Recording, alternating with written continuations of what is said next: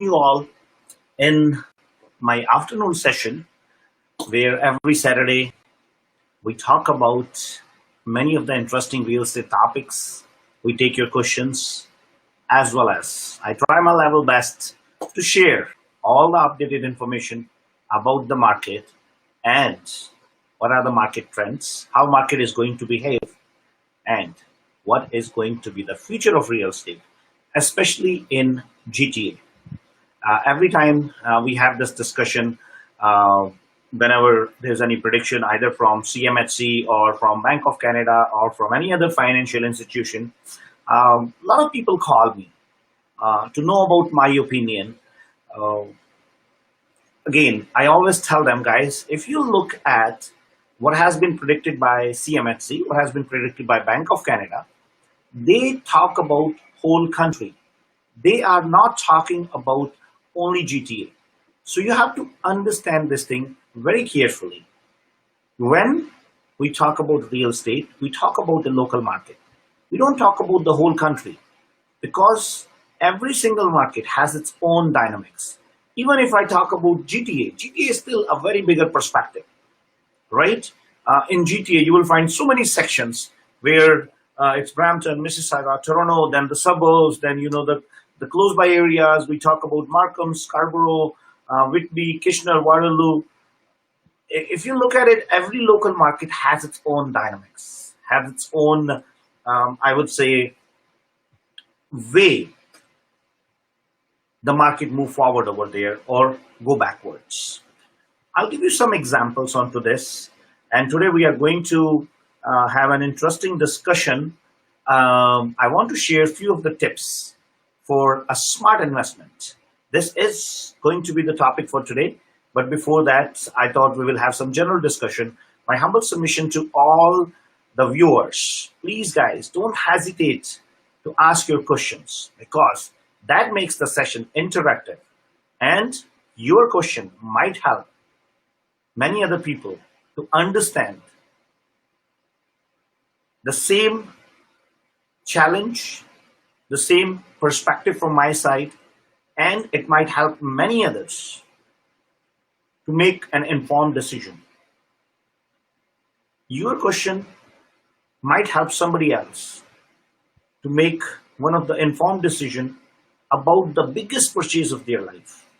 So more interactive discussion is always beneficial.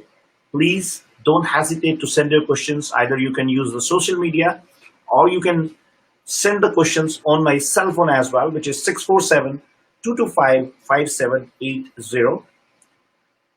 I repeat, 647-225-5780. So we were talking about the localized real estate markets. Real estate is always predicted locally. I'll give you certain examples. Now, if you look at the GTA market, or you look at the Niagara Falls market, or you look at Hamilton markets, all these three markets have their own dynamics.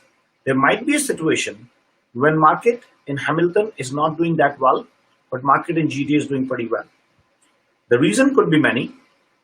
Same thing, the market in GTA could be bad, but the market in Niagara could be better as far as the number of sales and the prices are concerned. Of course, in Ontario, GTA is the market which drives the area, especially a few major cities which I would like to mention. Toronto is one of them, Mississauga is one of them, Brampton is one of them, Kitchener-Waterloo is one of them. Niagara Falls has done very well. Hamilton has done exceedingly well. I can see a lot of activity happening on the eastern side as well, Ajax. I have not studied the data for Ottawa and all those markets, but all these markets, I see there's a lot of movement going on too. So when you are planning to buy, there could be few reasons why you are buying a property. Either sometime you're a first time buyer or second or third time buyer, you want to buy a house to live. But in GTA, I have seen this market is dominated by a lot of investors. Even the end users who buy the property to go and live, one of their perspective is investment as well. And there's nothing wrong in it. Solving the dual purpose, going and living there at the property, as well as uh, keeping in mind the investment perspective of the same property which you are living. Now, how can you make sure that you are acting as a smart investor? So, first and foremost thing, this question comes too frequent to me: when we should buy the property, when we should buy the investment property rather, when the market is going to be good, when the market is going to be bad. Now, let me ask you a question. Let's say today market is the buyer's market, and there are a lot many properties available in the market which you want to buy or you can buy as as an amazing investment, but you don't have money in your pocket for the down payment, or you don't qualify for the mortgage. Then what is the fun, right? So when is the right time to investment is when you have money in your pocket. Don't just try to keep thinking that, okay, I will wait for the market to go down, and by the time you don't have money. So the first and foremost tip, what I would like to recommend, you buy the property when you have money in your pocket. It doesn't really matter. Either the market is on peak at that time or the market is at the low end at that time. Of course, I'm not saying that those parts are not important. Those parts are very important as well. But what is most important is if you have money, that is the right time to buy. Right? Sometime, as I said earlier, just keep waiting for the market to come down and you put that money in stock exchange. Right? And market crash. Because you can very well understand if the real estate market is going to crash, the first reason is going to be the stock exchange. So maybe you have lost your money in the stock exchange.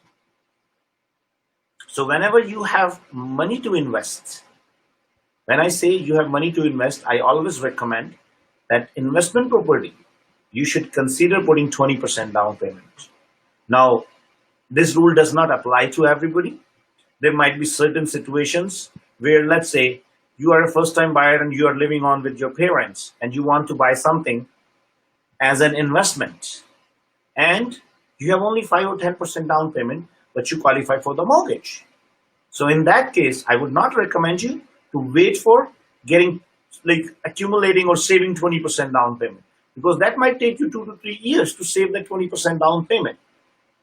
Whereas if you have bought the property today, I can understand on 10% down payment. Let's say even if you paid $15,000 CMHC. Whereas you might have to wait for 2 years to accumulate 20% down payment. By those 2 years, your property might be up by $100,000. So even if you paid $15,000 CMHC, you still made $85,000. So every same shoe size doesn't fit all. The same rule applies over here as well. Every single piece of advice doesn't fit everybody. So make sure, if you want to understand what is the best advice in your case, don't hesitate to get in touch with any of the realtor who you trust, who you think can give you the right advice, who you think is knowledgeable enough to guide you into the right direction. Guys, many times it is not necessary that if somebody is doing 30, 40 deals a year, that doesn't mean they know everything. Now, in this market, you can very well understand anybody and everybody is a realtor. You don't really get to know in the hot market the real strength of a professional. You get to know the real strength of a professional when the situations are adverse. So we have to make sure we need to understand this. Now I can see there's a question for Manish Teji.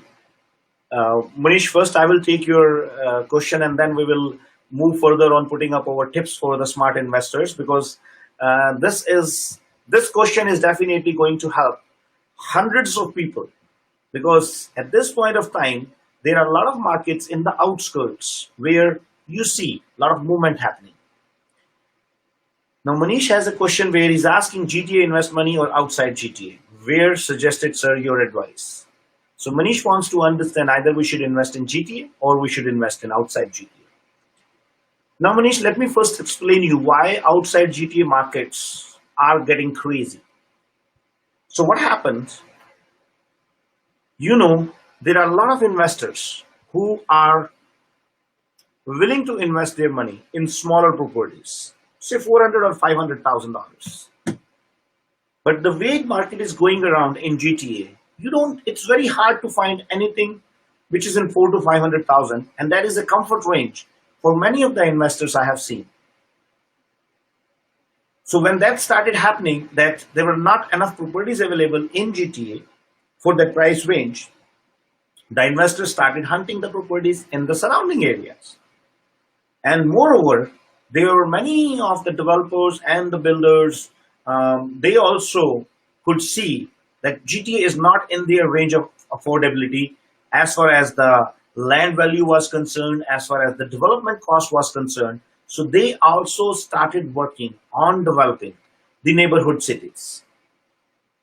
The third major factor was situations like COVID-19, where a lot of new concepts started emerging that people are sitting at home and doing their job.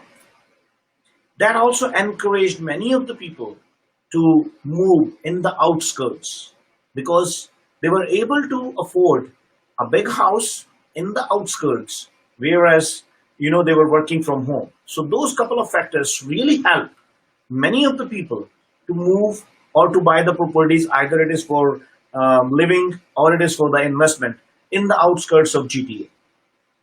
Now, let me come on to your question. I personally feel it depends upon your situation. My first preference is GTA. I'll tell you why. Because in case, even if the market goes down, GTA is a big market. Toronto, Mississauga, Brampton, these are big markets. Even if something wrong happens, there is a lot of character, there's a lot of, I would say, inbuilt demand within these cities. Any adverse impact is not going to really crash the market over here in GTA. But if something wrong happens, if the market starts going down, the first impact is going to be on those properties which were bought because GTA was not in the affordability. So, if you have money, if you have affordability, GTA is my first preference. But if you don't have enough money, let's say you have only $40,000 to invest. Now, in the $40,000, you are not going to get anything in GTA because even if you buy any small property, like 600,000, 700,000, and you have to make 20% down payment, you still need $100,000. So, if you have small amount of money, it is still much better than not investing. So in that case, you can consider outside the GTA. But I would like to name few of the markets like Kitchener Waterloo, Hamilton, um, Ajax, right? Whitby. These markets have performed really well. Now, why they performed well? The simple reason was these are the smaller markets, right? In some of the markets, there are 3,000 houses get sold in a year. In some of the market, there are 5,000 houses get sold in a year. So over there, if there's a little movement, that really people feel it. It is the same thing. If something happens in a very small city, every single person in the city will come to know. Whereas in a city like Toronto, if there's a big thing happens, maybe not everybody knows about it because it's a big city.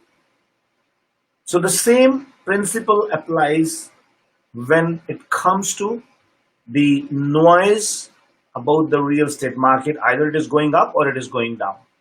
So when market starts running into those cities, which is outside the GTA and the outskirts, people feel it very fast. But the same way people will feel it when it will start going down. So first preference, if you have money, then you invest in GTA because that I called as a gold market. Whereas if you have that limitation of down payment or money, then you consider as a second option going outside GTA. But still, going outside GTA, I would strongly recommend you be very careful. Make sure, do your own research. Don't just listen to the ad, don't just listen to what somebody is telling you. Do your own research. Try to understand that what is in your best interest. And you need to make sure you need to have a trusted advisor. Now, this is my second advice for today. Don't buy. Now, this is one of the best advice for a smart investor, and that is how I have built up my investment portfolio in real estate industry. Don't buy when everybody is buying, and don't sell when everybody is selling. Buy when nobody is buying, right? Or buy when everybody is selling. So try to learn. If you want to become a smart investor, try to learn to go against the tide. Try to swim or learn to swim against the tide. That is very, very important. See, what happens is if everybody is on the spree of buying and you are also on the same spree, then you are in a trouble because at that time market is totally different. Now when everybody is selling and you are selling at that time, again the same problem. So when everybody is selling, you make sure you buy, and when everybody is buying, you make sure you sell. If you understand this advice, I can guarantee you, you will never ever lose a single penny in real estate. Now comes the third piece of advice, which is related to this second piece. In the last 3 months, I'm pretty sure many of our friends, they might have seen, because there were a lot many projects coming out there. Builder could not launch anything in March, April, or May. So all the pressure was coming on to June, July, and August. And everybody was in a kind of competition to launch their project. So what happened is there was a lot of marketing. Even we as realtors were pretty much not doing anything in the month of March and April, though SaveMax team was still doing a great business because majority of our business comes from the reference. And that is what I always feel proud. The simple reason behind that is we make sure we take care of our clients in a very good way. When we do that, clients send us repeat business. Now, because of that pressure in the market from a lot of builders, and there was a lot of, I would say, marketing or advertisement was going on. So people were feeling like, you know what, there is not going to be any tomorrow as far as buying of the property is concerned. And I was surprised. I was getting a lot of I would say push, and there was a lot of reference call were coming to get a unit in a building. So there was a lot of approach going on. I was surprised. I said, come on, I don't understand what is the problem with people. They are actually using their references and resources just to book a unit as an investor. You don't need to worry about it. You don't need to be that much, I would say, damn serious about it. Guys, try to understand there is always a property for you in the market to buy as an investor. If you did not get one, don't worry about it. You will get second. If you did not get second, you will get third. You are an investor. Don't be emotional with your investment. And I always say, now that is my next piece of advice to you as an investor, as a smart investor, I would say. Make sure, guys, make a rational decision, not an emotional decision. When you are making an investment, when you are buying a property to go and live yourself, do whatever you want to do. I want you to be emotional at that time because you have to go and live in that property.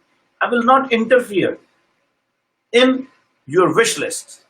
But when it comes to investment, I, as your trusted advisor, would love to interfere into your decision because you are trusting. That is why you hired us as a realtor. If I don't contribute anything into your decision, then you don't need me. Then you don't need a realtor. You can do the same job by yourself. Why do you need a professional on your side? So that that professional can guide you in the right direction. And especially in real estate, because this is one of the biggest purchase which anybody does in their lifetime, in majority of the cases. So please make sure, friends, whenever you are making an investment, keep your emotions on side and try to have a trusted advisor, trusted real estate professional, and listen to them. Now, and another piece of advice for the smart investors, I'm getting some questions here as well. So I have a question from Jerome. So Jerome says, Raman, I have not much of the down payment. I can maybe save $20,000 to $30,000, and I would like to buy a property anywhere in GTA. What is your advice onto this? So Jerome,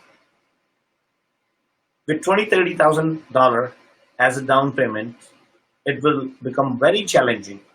There are many projects out there where they are asking just for 5% down payment, but I would still suggest you to be cautious because if you have only $20,000 to $30,000 down payment and I buy you something today, which is closing after 2 years, I don't know how much money you can accumulate at that time.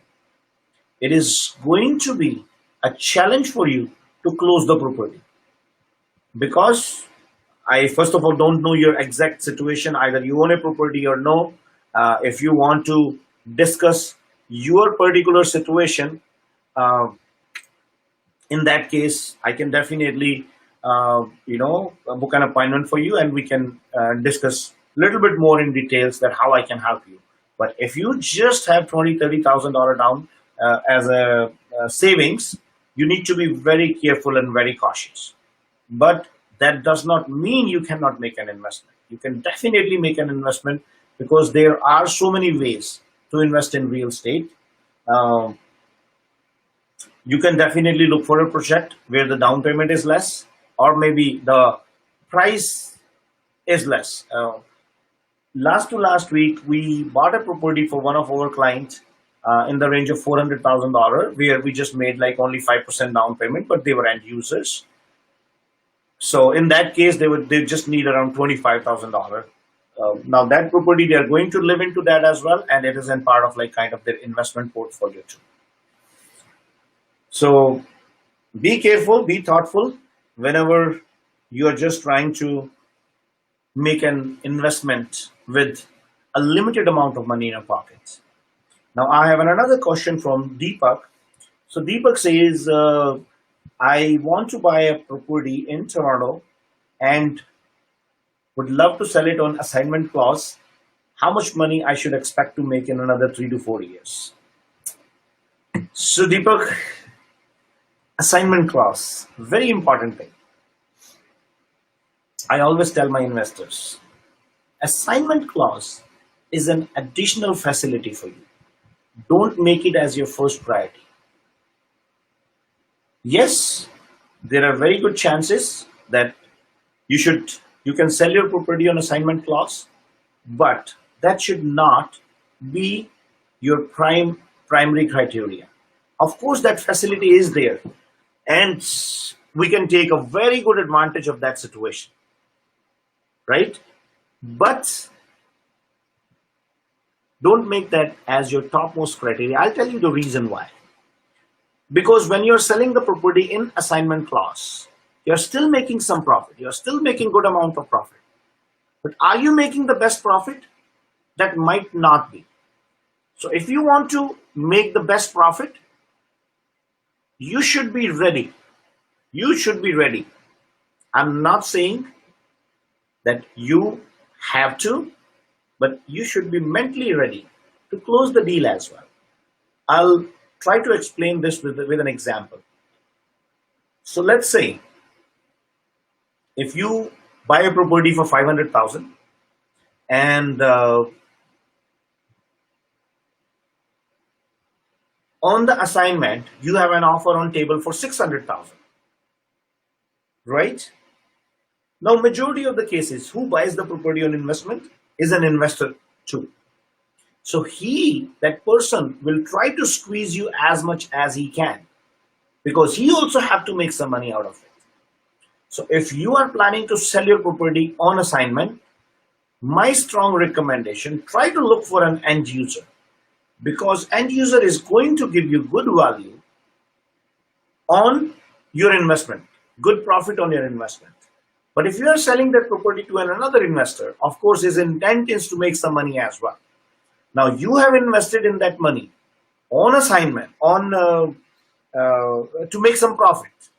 So if you are planning to sell it on assignment and are giving an opportunity for somebody else to get profit out of it, why don't you take that profit yourself? Yes, that might take you another 1.5 to 2 years.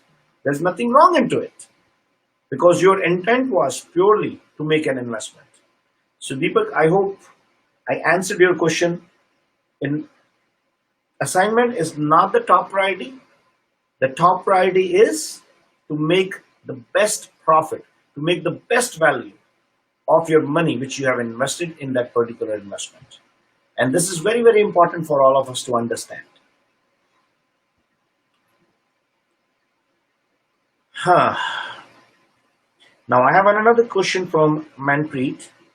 So Manpreet says, I have bought an investment property 3 years before where I put like around $70,000 as a down payment. Today, I have the ability to sell that property on assignment and I'm making $60,000 to $70,000 profit out of it. What would you suggest, either to sell it or to retain it? Manpreet, again, that is your individual call. But if I know a little bit more into the detail where that property is, what could be the potential into that area. If you have that property somewhere in GTA, either it is Toronto or it is Mississauga or in Brampton, I would strongly recommend you to retain it. But you might have a personal situation where you are not able to qualify for a mortgage, or you're not able to, you don't want to take a stress. You already have 2 or 3 properties and you don't want to take the stress of another property. In that particular scenario, yes, assignment could be a good option. Or there could be another scenario where you have that property and you carry another 2, 3 properties and you already made another investment which is closing in another 3 to 6 months. So now this all scenario is totally different. So based on the information you have provided me, it's a general answer.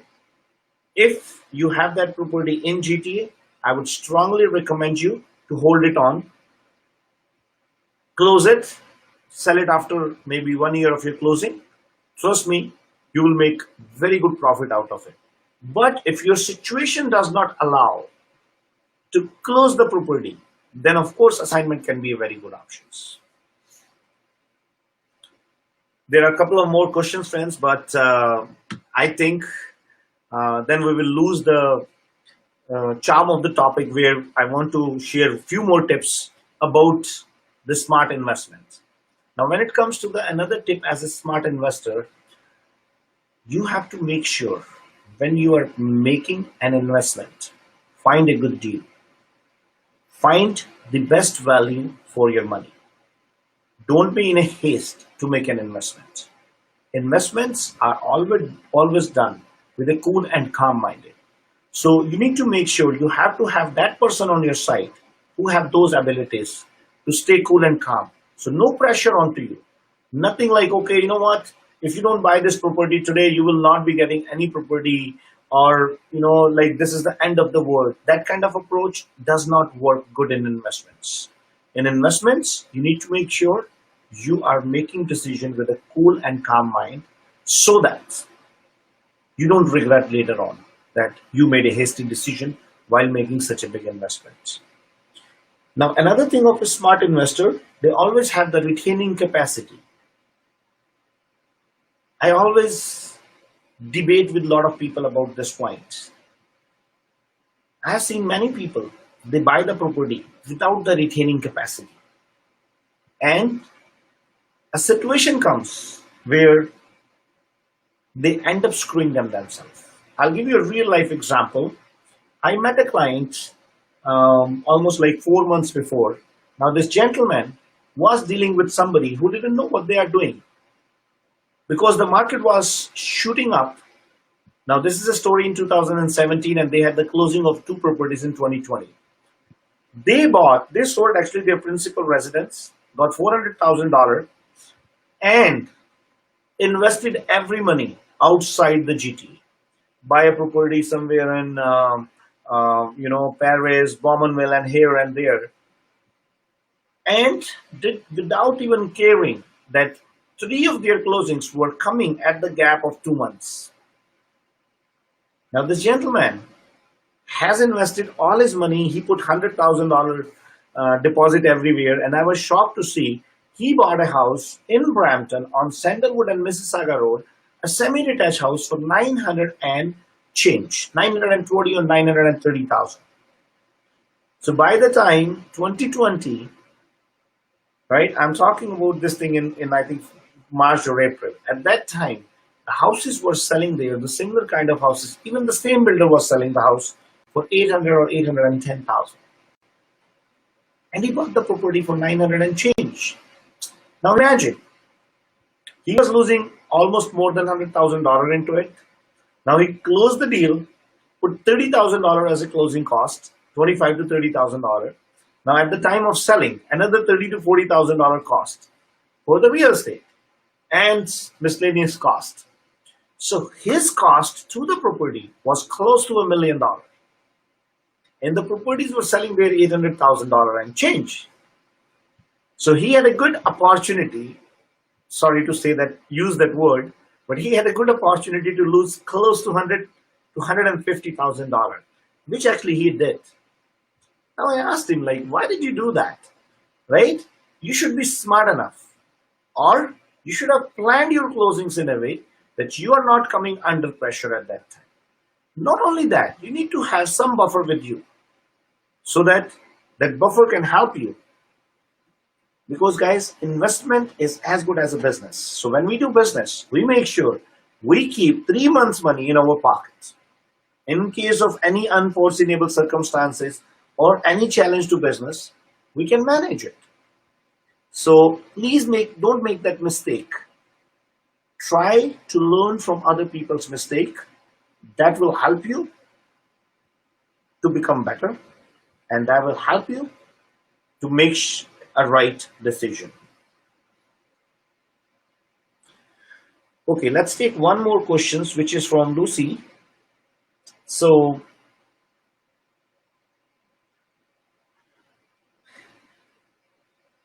Lucy says, Raman, I'm not in favor of making an investment in real estate. I love stock markets.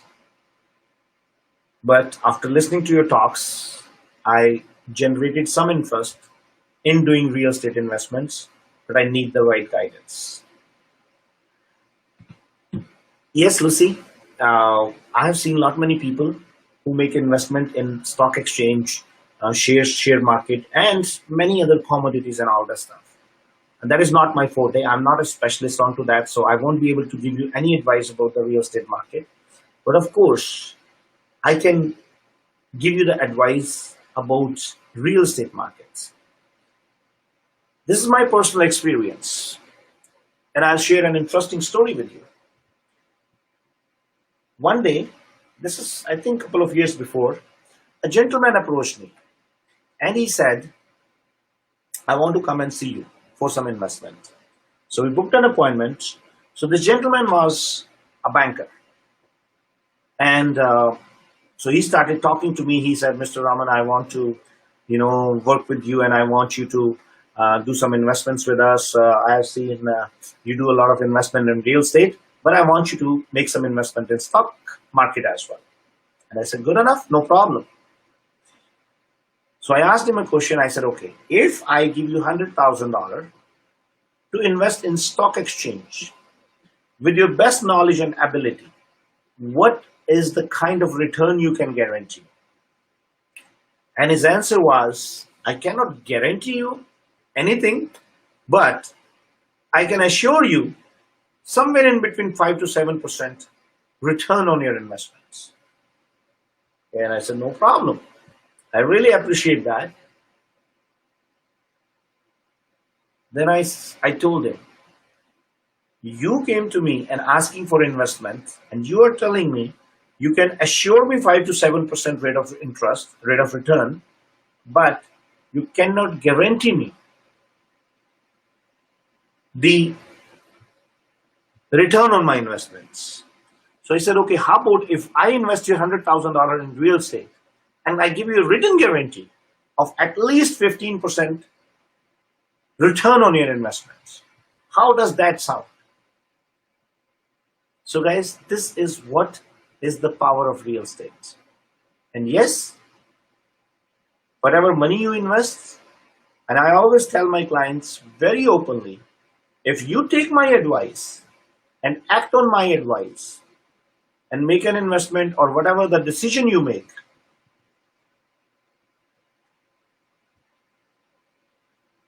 sorry, I got disrupted with one of the questions, which one of a very close family friend, Mr. Bhaumik, has put up there. Bhaumik, you have asked a very interesting question. I will definitely would like to spend some time onto it. But let me just finish my thought process, whatever we were talking about. Sorry, I got distracted with your question. So, and I lost the point actually. So now let's talk about your question. So Bhaumik says there are a lot of messages floating around talking about realty market will have correction soon because of second wave of COVID. Do you think the correction will happen, or if happen, how much you think may happen? In that case, whoever bought at this time will impact how much? Thanks.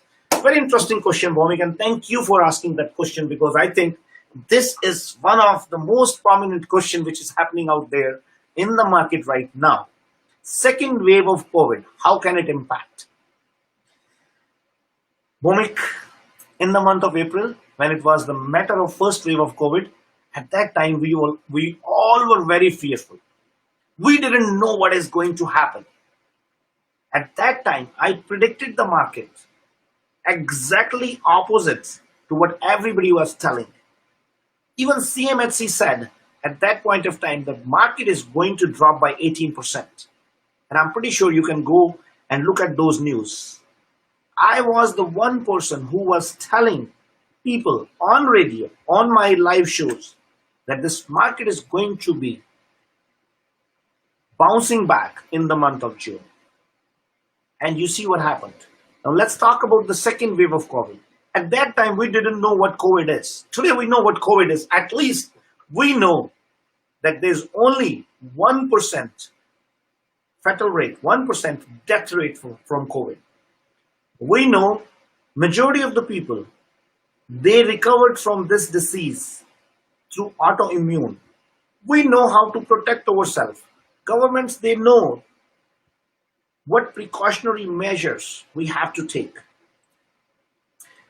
Now, market is not going to settle down just because there is a second wave of COVID. I don't think so.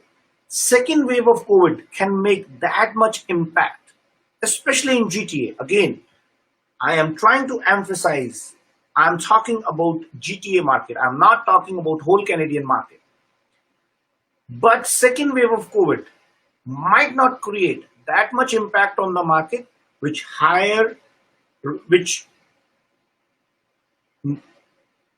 more inventory can create.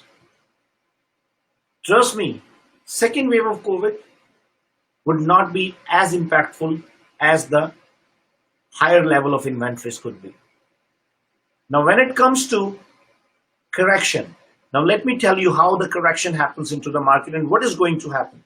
When we talk about correction, there are two things which comes into my mind. First is correction in number of sales or correction in price. If correction is in number of sales and the price is not impacted, it is not correction. It is called as a demand and supply imbalance. The correction is called when the prices dip down by 5% or 10%. Now, I'm not too sure how many of you know in the month of April, when COVID came, market started going down on number of sales. The sales was down by 80%, but the prices was up by 0.1%. Do you think that was a correction? No, the prices did not come down. Just the sales came down. When in 2008 and 2009, it was a world-class recession, all across the globe, GTA market was the one who survived, which survived. Now, even if the second wave of COVID makes a lot of impact and the inventory level goes up, yes, market will balance itself. But will the prices come down? I can guarantee you the prices is not going to come down, Bobby. So you can be very well assured. Yes, in the month of November and December and January, you will see the craziness of the multiple offer is stopping a little bit, which has already started happening on the ground, in the field. Now, after 2 or 3 days, you will see the stats coming out from Toronto Real Estate Board, and you will be one more time very surprised with the statistics, because September market was again booming in spite of all the fear of second wave of COVID, and economy will tank down, and there are so many negative news.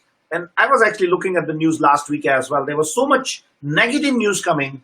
I think one of the Swiss bank said GTA is the third most inflated markets. Toronto, to be specific.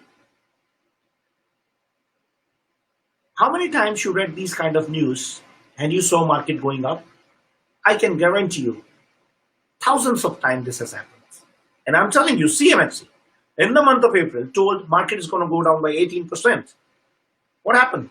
Market was up by 40%. So, what is the relevance? What is the credibility of the statement given by CMHC? Guys, try to understand the dynamics. I'll give you a good example of the month of July, August, and September. In July, almost 8,000 houses, I'm not too sure, I don't have the exact number on top of my mind, but close to 8,000 houses got sold, and 13 to 14,000 new listing came into the market. In the month of August, 10,000 houses got sold, and 17,000 houses came in the market. September, you're going to see pretty much the same trend. Now, those extra inventory, those extra houses which are coming in the market are the one who will balance out the market, because during COVID, we had the inventory, which was not even 3 weeks. Right now, we have the inventory in the market, which is almost close to 6 to 7 weeks. So the moment we are going to cross 2 months inventory, the market will start balancing out itself. But does that mean the prices will come down? I can promise you, you won't see the prices coming down. Yes, it might be variation of maybe 1% or 0.5%. I don't call that as a correction. The correction is when the prices come down by minimum 2 digits, minimum 10%. You see what happened in these 3 months, July, August, and September. It was like crazy market. If there are 10 offers on a property and the property gets sold $100,000 over asking, do you think that's the realistic value of the property? No, I don't think so. Personally, that is the realistic value of the property. But yes, the craziness is going to stop. So you can be rest assured, Bomik, even if second wave of COVID hits badly, correction, let's not talk about correction. I talk it balancing of markets. Correction is about the price. Balancing of market is a genuine demand and supply ratio. Now, whosoever is buying in today's market, don't you worry, they're not going to lose money as long as they have the retaining capacity. I always say, Bomik, if you're buying the property today, Why would you be selling the property in the month of March 2021? Give me a good reason. Even if you want to, I don't think so. I would let you sell that property. And I stopped you from selling the property twice. See, this is what the beauty we create for our clients. And I think, Bomik, you can definitely second that what I am saying. I remember I had bought an investment property for you, which you wanted to sell in 2019, but I was the one who was holding you, and I told you, don't you worry, 2020, your property is going to go up by $30,000 to $40,000 in 2 or 3 months. And thank you for taking my advice, and you can very well see that property has actually gone up much more in the value. And I really appreciate your question. So, friends, I think we have already passed over 1 o'clock time limit, and I'm really thankful. Such an interesting questions today. There was. Thank you, Vomik, for agreeing to and putting up a testimony to what I was saying. So it's already 1 o'clock. I wanted to share some more tips, but I'll try my level best to come with more and more tips for our investor clients, and definitely not only for the investors from first-time buyers as well as the sellers in our next session. Um, Sorry for being late today. I think we started our session at around 12:15, so we had only 45 minutes window. But I would like to say a personal thanks to all of you for joining me today and making this session interactive.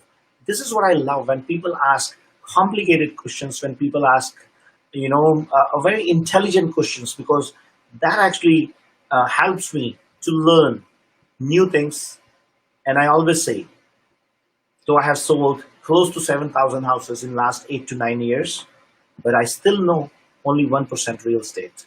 99% still needs to be learned, and I'll keep learning, and I'll keep sharing my learning with all of you so that at least somebody can get benefited out of it. With these words, friends, thank you very much for joining for today's session. Next week, I'm going to bring another interesting topic for all of you. Please don't hesitate to send me your questions. One more time, I'll request you to go and like my Facebook page, Rise with Raman, as well as you can subscribe to my YouTube channel as well, where we keep sharing latest update projects, new listings which SaveMax team brings up into the markets. Before I say goodbye, just a last piece of advice. I always tell people, if you have a good doctor, a good lawyer, and a good realtor in your life is,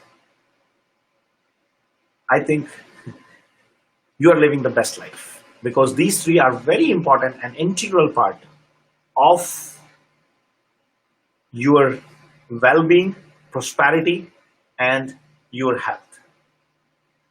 With these words, thank you very much, friends.